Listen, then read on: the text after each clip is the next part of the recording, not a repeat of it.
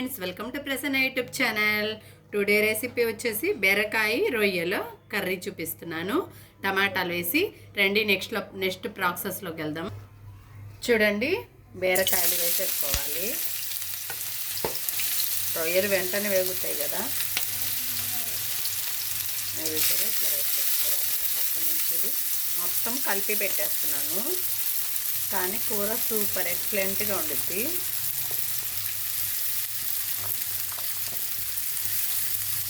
ఈ స్టైల్లో తినలేని వాళ్ళు ఎవరైనా ఉంటే ఇలా చేసుకోండి, చాలా బాగుంది, చాలా టేస్టీగా ఉండిద్ది.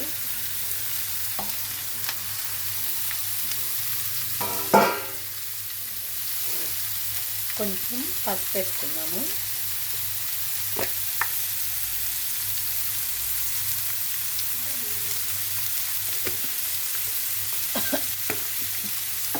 కొంచెం కల్లుప్పు, ఎక్కువ వేసుకోకూడదు, బీరకాయ కదా ఎక్కువ పట్టేసిద్ది. కొంచెం వేసుకుంటే చాలు, అంతగా తగ్గితే తర్వాత చూసుకొని వేసుకోవచ్చు. ముందే ఎక్కువ వేసుకోకూడదు.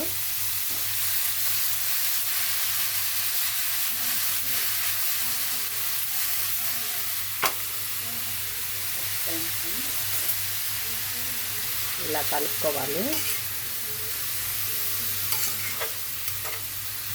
చూడండి, ఇలా కలుపుకోవాలి. పసుపు ఉప్పు మొత్తం పట్టేటట్టుగా కలుపుకొని ఇలా పెట్టేసేయాలి. సిమ్లో పెట్టుకోవాలి, మరి హైలో కాకుండా అంత సిమ్లో కాకుండా పెట్టుకోవాలి. మీడియంలో పెట్టుకోవాలి. మీడియంలో పెట్టుకొని మూతేసేస్తున్నాం. బాగా నూనెలో మగ్గితే ఒక నిమిషం, ఒక 5 minutes కొంచెం హైలో పెట్టుకొని వేపుకున్నాను.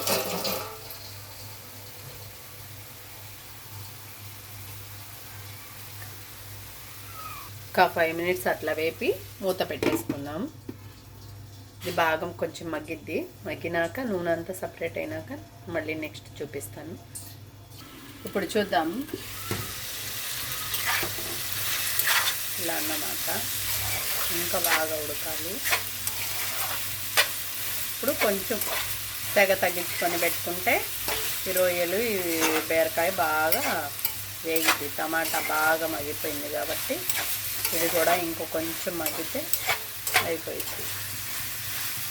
ఇంకొక 10 నిమిషాలు బట్టి పెట్టాను.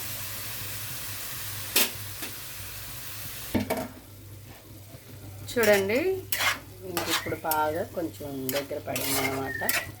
ఇప్పుడు కారం వేసుకున్నాము.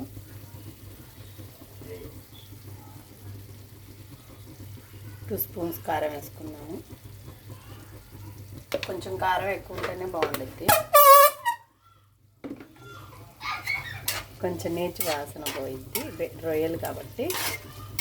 ఇలా కారం బాగా కూర బాగా పట్టి రెడీ అయ్యే లోపల ఈ కూర కూడా అయిపోయిద్ది. ఉప్పు సరిపోయింది అనుకుంటున్నాను నేను, ఎందుకంటే బీరకాయే కదా, ఇందులో వాటర్ కన్సెక్షన్ ఎక్కువ కాబట్టి సరిపోయింది. అంతగా తగ్గితే కొంచెం వేసుకోవచ్చు. ఇలా కలుపుకొని ఇప్పుడు మూత పెట్టుకుందాం. మళ్ళీ ఒక్క 10 నిమిషాలు అయిపోయినట్టు కూర.